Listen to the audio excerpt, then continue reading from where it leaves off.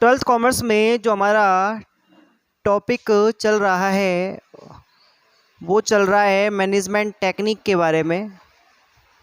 और इसमें हम डिस्कस कर चुके हैं दो तरह की टेक्निक, जिसमें हमने नंबर फर्स्ट पढ़ा था MBO मैनेजमेंट बाई ऑब्जेक्टिव के बारे में, दूसरा पढ़ा था मैनेजमेंट बाई एक्सेप्शन के बारे में, और तीसरा आज हम डिस्कस करेंगे स्ट्रेटेजिक मैनेजमेंट के बारे में। ठीक है, स्ट्रेटेजिक मैनेजमेंट आपकी ये लास्ट टेक्निक है और इसी के साथ चैप्टर जो है आपका वो कंप्लीट हो जाएगा।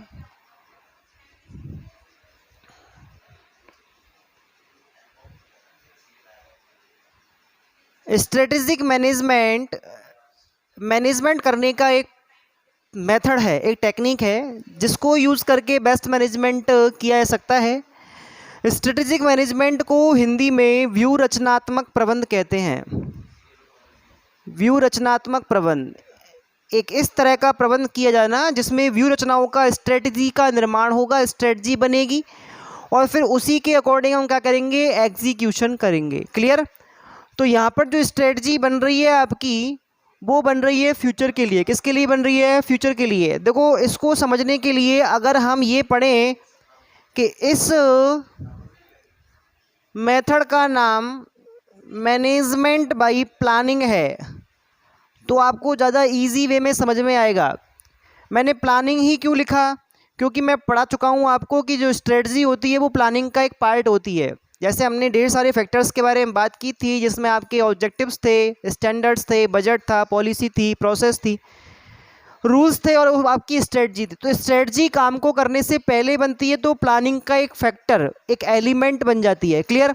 तो वैसे तो इसका नाम स्ट्रेटजिक मैनेजमेंट है, बट हम समझेंगे कैसे इसको मैनेजमेंट बाई प्लानिंग के फॉर्मेट में, क्योंकि इसी से आपको समझ में आने वाला है। व्यूहरचना को हिंदी में बोलते हैं दूसरे फॉर्म में, दूसरे नाम के रूप में रणनीति। और रणनीति का मतलब होता है ऐसी योजना जो युद्ध के लिए बनाई जाए। रण का मतलब होता है युद्ध और नीति का मतलब होता है प्लानिंग, योजना। तो ऐसी कि कोई आप प्लानिंग कर रहे हो जो लड़ाई के लिए, जो युद्ध के लिए बनती है, वो आपकी कैसी होती है? स्ट्रेटजी होती है, रणनीति होती है। अब जैसा कि आप जानते हैं कि जब भी कोई बिजनेस एनवायरनमेंट में कोई नया बिजनेस सेटअप होता है तो उसको स्टार्टिंग से ही क्या करना पड़ता है? कंपटीशन फेस करना होता है। तो वो प्लानिंग किस फॉर्म में बनाते हैं? स्ट्रेटजिक फॉर्म में बनाते हैं। तो स्ट्रेटजिक मैनेजमेंट है क्या? स्ट्रेटजिक मैनेजमेंट का कोई खास वो नहीं है मीन, इसका बहुत सिंपल मीन है। Strategic management is determination of strategic planning and execution. यानी कि आप जो स्ट्रेटजीज बना रहे हो और उनको एग्जीक्यूट कर रहे हो, उनके अकॉर्डिंग काम कर रहे हो आपके ऑर्गेनाइजेशन में, तो उसको हम क्या कहेंगे? स्ट्रेटजिक मैनेजमेंट के नाम से काउंट करेंगे। क्लियर? अब स्ट्रेटजिक मैनेजमेंट में सपोज दैट जहाँ पे एक कंपनी है LG और इसका जो कंपटीशन है वो मानो किससे है? वीडियोकॉन से है। तो ऐसी कंपनीज जो होती हैं वो अपने आप को कंपटीशन में आगे रखने के लिए, उसको सक्सेस लेने के लिए क्या करती हैं? वो स्ट्रेटजीज बनाती हैं। स्ट्रेटजीज में हम क्या करते हैं? पहले एनवायरनमेंट को एनालिसिस करते हैं कि आपके जो कॉम्पिटिटर्स हैं वो किस तरह की मार्केट स्ट्रेटजी इस्तेमाल कर रहे हैं, उनके ऑफर्स क्या है, उनकी प्रोडक्ट्स की क्वालिटीज़ क्या है, उन्होंने अपने कस्टमर को किस तरह से अट्रैक्ट करने के लिए इफेक्टिव एडवर्टाइजमेंट किया है। तो इन सारी चीज़ों को अपन क्या करते हैं? मार्केट एनवायरनमेंट से इनका एनालिसिस करके इन इन्फॉर्मेशंस को क्या करते हैं? लेते हैं और फिर उसके बाद अपनी क्या करेंगे? हम प्लानिंग करेंगे जो उनसे ज़्यादा परफेक्ट, उनसे ज़्यादा इम्प्रूव्ड होंगी, और ऐसा कर पाने से ही आप कॉम्पिटिशन को क्या कर सकते हैं? जीत सकते हैं। क्लियर? तो उस तरह की जो आपकी प्लानिंग बनेगी, उस प्लानिंग का नाम क्या है? हमारा व्यू रचना है, स्ट्रेटजी है। क्लियर? तो ये आपको सिंपली समझ में आया होगा कि स्ट्रेटजी जो होती है वो एक हाई स्केल की, एक बड़े स्केल की क्या है? एक प्लानिंग है। और ये जो आपकी स्ट्रेटजी बनती है ये पूरे ऑर्गेनाइजेशन को इफेक्ट करेगी। ऐसी कंडीशन में जैसे मान लो अभी कोई कंपनी है, उस कंपनी ने क्या किया? अपने प्रोडक्ट के जो रेट हैं वो क्या कर दिए? डाउन कर दिए। तो ऐसा करने पे उसकी सेल जो है उसकी क्या हो जाएगी? इंप्रूवमेंट हो जाएगी, क्योंकि उसके रेट्स जो है वो कम हो चुके हैं। अब कस्टमर को ज़्यादा अट्रैक्शन मिल रहा है प्रोडक्ट की तरफ। कॉम्पिटिटिव कंपनी क्या कर रही है? सेम रेट के अंदर आपको प्रीमियम दे रही है। प्रीमियम का मतलब होता है कोई नेक्स्ट गिफ्ट आइटम आपको देना। जैसे आप कोई LED टीवी लेने परचेज करने गए हैं तो उसके साथ आपको डिश टीवी फ्री दे दिया, तो ये आइटम आपको उस कम रेट से ज़्यादा क्या लग रहा है, बेनिफिशियल लग रहा है, ये एक मार्केट स्ट्रेटजी के अंदर काउंट होगा। क्लियर। तो ऐसी जो आपकी प्लानिंग होती है, ये प्लानिंग जो टॉप लेवल के जो मैनेजर्स होते हैं वो बनाते हैं, क्योंकि ये जो ऑर्गेनाइजेशन के अंदर काम करती हैं स्ट्रेटजी, ये पूरे के पूरे ऑर्गेनाइजेशन को इफेक्ट करती हैं। तो इसीलिए हम ये मानते हैं कि इसके अंदर जो प्लान एंड पॉलिसी बनेगी, जो स्ट्रेटजी बनेगी, वो बनेगी कैसी, आपकी फॉर्मल। कैसी बनेगी, फॉर्मल। फॉर्मल का मतलब होता है अकॉर्डिंग टू रूल्स, जिसमें किसी भी तरह की सोशल रिलेशंस को आप क्या नहीं कर रहे, कोई इंपॉर्टेंस नहीं दे रहे। आप कंपनी जो ऑर्गेनाइजेशन है उसके मोटिव्स को, उसके ऑब्जेक्टिव्स को ध्यान में रखकर क्या कर रहे हैं, काम कर रहे हैं।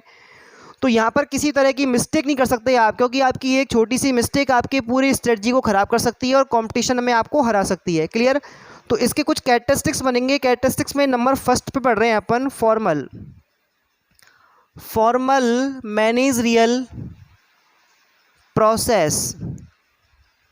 देखो जो आपकी स्ट्रेटेजिक मैनेजमेंट होता है, इसमें एक प्रोसेस चलता है, फॉर्मल मैनेजरियल प्रोसेस।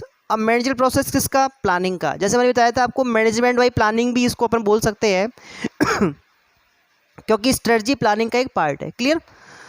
तो फॉर्मल मैनेजरियल प्रोसेस चलेगी। प्रोसेस कैसे चलेगी, बात उसकी कर रहे हैं हम। तो सबसे पहले तो हम पर्पज, जो ऑब्जेक्टिव है, जो पर्पज है उसके, उनका क्या करेंगे, डिटर्मिनेशन करेंगे। ठीक है।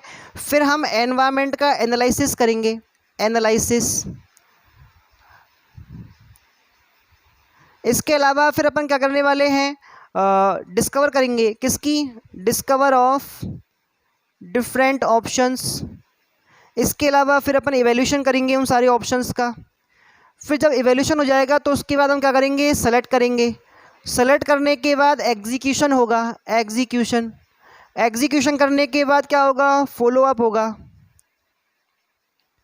तो फॉलो क्यों करते हैं हम, किसी भी प्लानिंग को बनाने के बाद उसको हम ऐसे ही नहीं छोड़ सकते, उसको हमें फॉलो करना पड़ता है कि जैसे हमने वो डिसाइड की थी, जैसे रिजल्ट हम सोच रहे थे, जो हमारे डिजायर्ड रिजल्ट्स हैं वो अचीव हो रहे हैं, नहीं हो रहे। और अगर मान लो बीच में कोई गड़बड़ होती है तो हम उसमें क्या करते हैं, करेक्टिव एक्शंस अप्लाई करते हैं। और ऐसा करने से हमारी जो स्ट्रेटजी होगी, जो हमारी प्लानिंग होगी, वो हमारे रिजल्ट्स के अकॉर्डिंग ही आपको क्या करेगी, काम करेगी। क्लियर। तो ये जो आपकी प्रोसेस है, ये एक फॉर्मल प्रोसेस होती है स्ट्रेटजी को बनाने के लिए। तो इसलिए इसका जो बेसिक पॉइंट है number first, formal managerial process, वो आपको समझ में आ गया। नंबर सेकंड आता है आपका मैनेजर्स कमिटमेंट।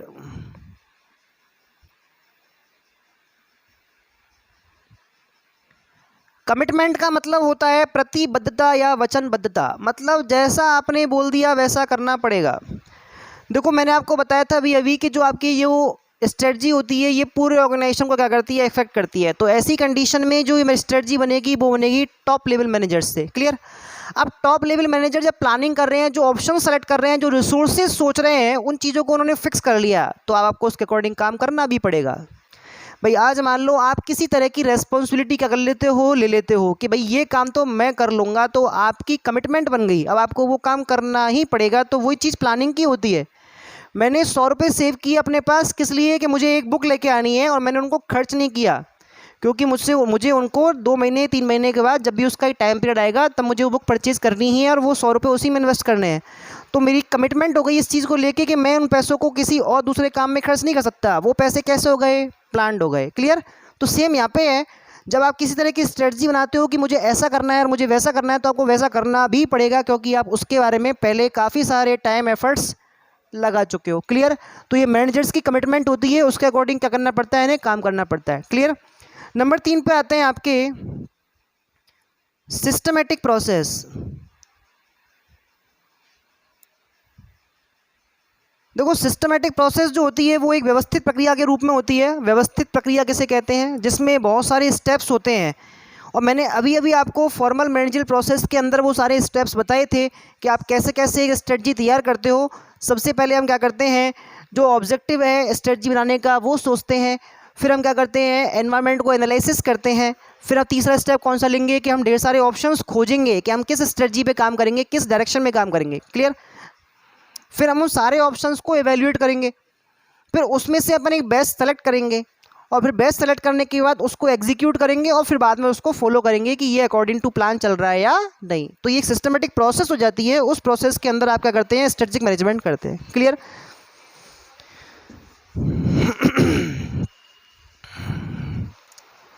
नंबर 4 पे आता है आपका हायर लेवल मैनेजमेंट। जो स्ट्रेटजिक मैनेजमेंट का जो चौथा नेचर है वो आपका है हायर लेवल मैनेजमेंट। जैसा कि मैंने अभी आपको बताया था, जो स्ट्रेटजिक मैनेजमेंट होता है वो पूरे के पूरे ऑर्गेनाइजेशन को क्या करता है, अफेक्ट करता है। क्योंकि अगर मान लो आपने स्ट्रेटजी अच्छी नहीं बनाई तो फिर जो कंपटीशन है उसमें आप ढंग से जीत नहीं पाओगे, उसको ढंग से फेस नहीं कर पाओगे। क्लियर? तो यहाँ पर जो रेस्पॉन्सिबिलिटी बनती है वो पूरे ऑर्गेनाइजेशन के लिए बनती है। और मैंने आपको बताया था कि पूरे ऑर्गेनाइजेशन की जो रेस्पॉन्सिबिलिटी होती है वो किसके कंधों पर होती है, वो होती है टॉप लेवल मैनेजर्स या हायर लेवल मैनेजर्स के लिए। क्योंकि इनकी जो अकाउंटेबिलिटी बनेगी वो किसके लिए बनेगी, शेयर होल्डर्स के लिए। भाई शेयर होल्डर्स इन्हीं से पूछेंगे ना कि भाई आपने किस तरह का मैनेजमेंट किया कि हमारे प्रोडक्ट्स तो सेल ही नहीं हुए। तो ऐसी कंडीशन में क्या होगा कि यहाँ पर जो मैनेजमेंट में अकाउंटेबिलिटी बनती है वो किसकी बनती है, हायर लेवल मैनेजमेंट की। तो हायर लेवल मैनेजमेंट जो है वो आपके क्या करता है, स्ट्रेटजीज को बनाता है। ध्यान रखना, स्ट्रेटजी बनाने का जो काम है ऑर्गेनाइजेशन के अंदर वो तीनों लेवल्स में से केवल और केवल कौन करता है, हायर लेवल मैनेजमेंट करता है। क्लियर?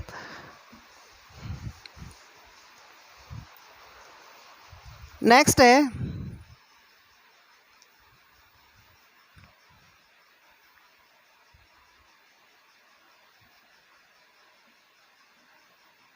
Mean and objective. इसको बोलते हैं अपन साधन व साध्य।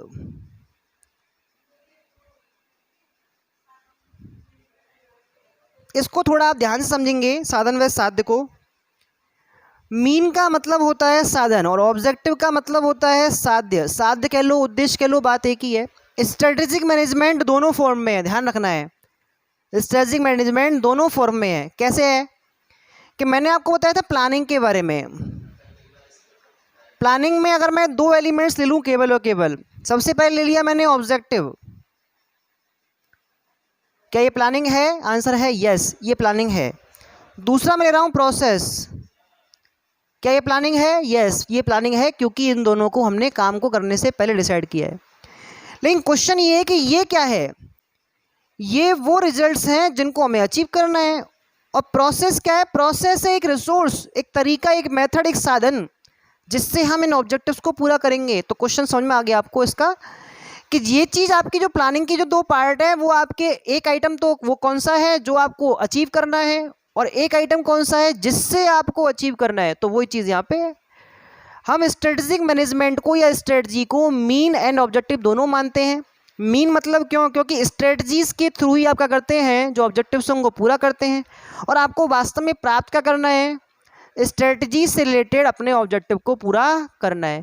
यानी कि आप स्ट्रेटजीज को यूज़ करते हुए ही क्या करते हैं, अपने ऑब्जेक्टिव्स को पूरा करते हैं। दोनों ही प्लानिंग के पार्ट हैं, इसलिए हम इसको क्या कह रहे हैं, मीन एंड ऑब्जेक्टिव दोनों बोल रहे हैं। क्लियर?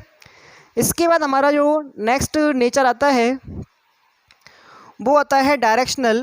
नंबर 5 पे डायरेक्शनल प्लानिंग। जो आपका स्ट्रेटजिक मैनेजमेंट है वो अपने आप में डायरेक्शनल प्लानिंग है। डायरेक्शनल प्लानिंग को हिंदी में बोलते हैं निर्देशात्मक नियोजन। अभी मैंने आपको सबसे पहले यही बात तो बताई थी कि अगर मान लो इस पूरी की पूरी टेक्निक को हम मैनेजमेंट बाई प्लानिंग कहें तो कोई गलत नहीं है, क्योंकि ये प्लानिंग का एक पार्ट ही है। निर्देशात्मक नियोजन कैसे होता है कि जब भी कोई हम प्लानिंग करते हैं तो वो प्लानिंग हमारे लिए एक रोड मैप की तरह काम करती है।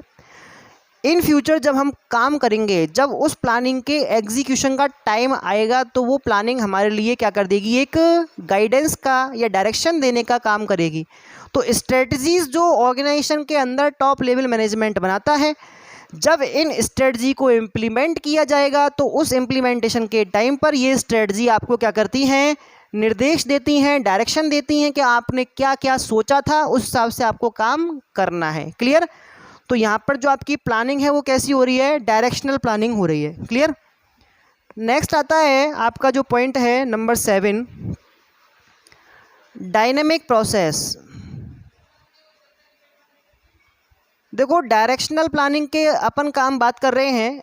एक्चुअल में होता क्या है कि प्लानिंग के डिटर्मिनेशन, प्लानिंग को बनाने, योजना को बनाने और उसके इम्प्लीमेंटेशन, मतलब दोनों में क्या होता है, एक टाइम डिफरेंस होता है। भाई आज मैं कोई प्लानिंग कर रहा हूँ 2 महीने बाद की, तो 2 महीने बाद की प्लानिंग के बाद यानी कि आज बनाने से लेके और 2 महीने बाद जब उसका एग्जीक्यूशन होगा उस टाइम पीरियड में कुछ भी चेंजेस मेरे एनवायरनमेंट में हो सकते हैं जो उस काम को क्या करेंगे, गड़बड़ करेंगे। उसमें क्या करेंगे, वो मुझे थोड़ा सा उसमें चेंज करना पड़ेगा, और ऐसा चेंज जो है वो मेरी ऑब्जेक्टिव्स को क्या कर देगा, कमज़ोर कर देगा, मेरी प्रोसेस को कम कर देगा। क्लियर। तो डायनेमिक प्रोसेस जो होती है वो क्या होती है, आपकी एनवायरनमेंट से इफेक्टेड। ये मैं आपको चैप्टर नंबर 1 में बता चुका हूँ, ठीक है। जहाँ भी डायनेमिक वर्ड आए वहाँ पे आप इसको किससे रिलेट करेंगे, एनवायरनमेंट से। क्लियर। तो डायनेमिक प्रोसेस जो होती है वो एनवायरनमेंट से रिलेट करती है, क्योंकि एनवायरनमेंट में ढेर सारी अपॉर्चुनिटीज़ और ढेर सारी थ्रेट्स होते हैं।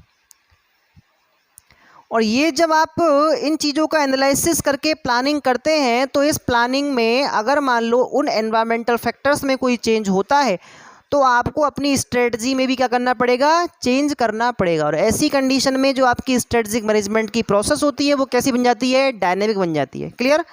जस्ट मैनेजमेंट के थ्रू ये बहुत सिंपल था। क्लियर। एंड लास्ट है नंबर 8, फ्यूचरिस्टिक प्रोसेस।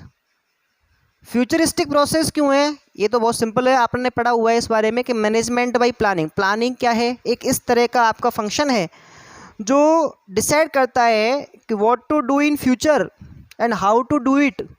तो कुल मिला के बात ये है कि आपको कोई काम फ्यूचर में कैसे करना है, कब करना है, इन चीज़ों को डिसाइड करना आपका किस में आता है, फ्यूचरिस्टिक प्रोसेस में आता है। तो जब आप स्ट्रेटजी बनाओगे जो आपको किसी फिक्स टाइम पीरियड में क्या करना है, इम्प्लीमेंट करनी है, तो उस चीज़ के लिए आपने बाद के लिए अब सोचा है। तो इस चीज़ को अपन क्या कर रहे हैं, फ्यूचरिस्टिक प्रोसेस बोल रहे हैं। अब फ्यूचरिस्टिक प्रोसेस में आपको वही काम करना पड़ेगा कि जब प्लानिंग करते हैं तो हम क्या करते हैं, सबसे पहले फोरकास्टिंग करते हैं। Forecasting is the base of planning. अगर आप एनवायरनमेंट को क्या कर सकते हैं, एनालिसिस करके उसकी इन्फॉर्मेशंस निकाल सकते हैं, आप भविष्य में झांक सकते हैं कि क्या हो सकता है, उसके अकॉर्डिंग क्या करेंगे, हम प्लानिंग करेंगे कि हम भविष्य में क्या करेंगे। क्लियर। क्या हो सकता है ये जानकर हम तय करेंगे कि क्या करना है। तो इस चीज़ के लिए अपन क्या कर रहे हैं, स्ट्रेटजी बना रहे हैं। क्लियर है। तो ये जो आपकी सिंपल कैरेक्टरिस्टिक्स थी स्ट्रेटजिक मैनेजमेंट की वो यहीं पे ख़त्म होती हैं, और नेक्स्ट टॉपिक हम कल डिस्कस करेंगे इससे रिलेटेड आगे, इंपॉर्टेंस ऑफ स्ट्रेटजिक मैनेजमेंट। ठीक है।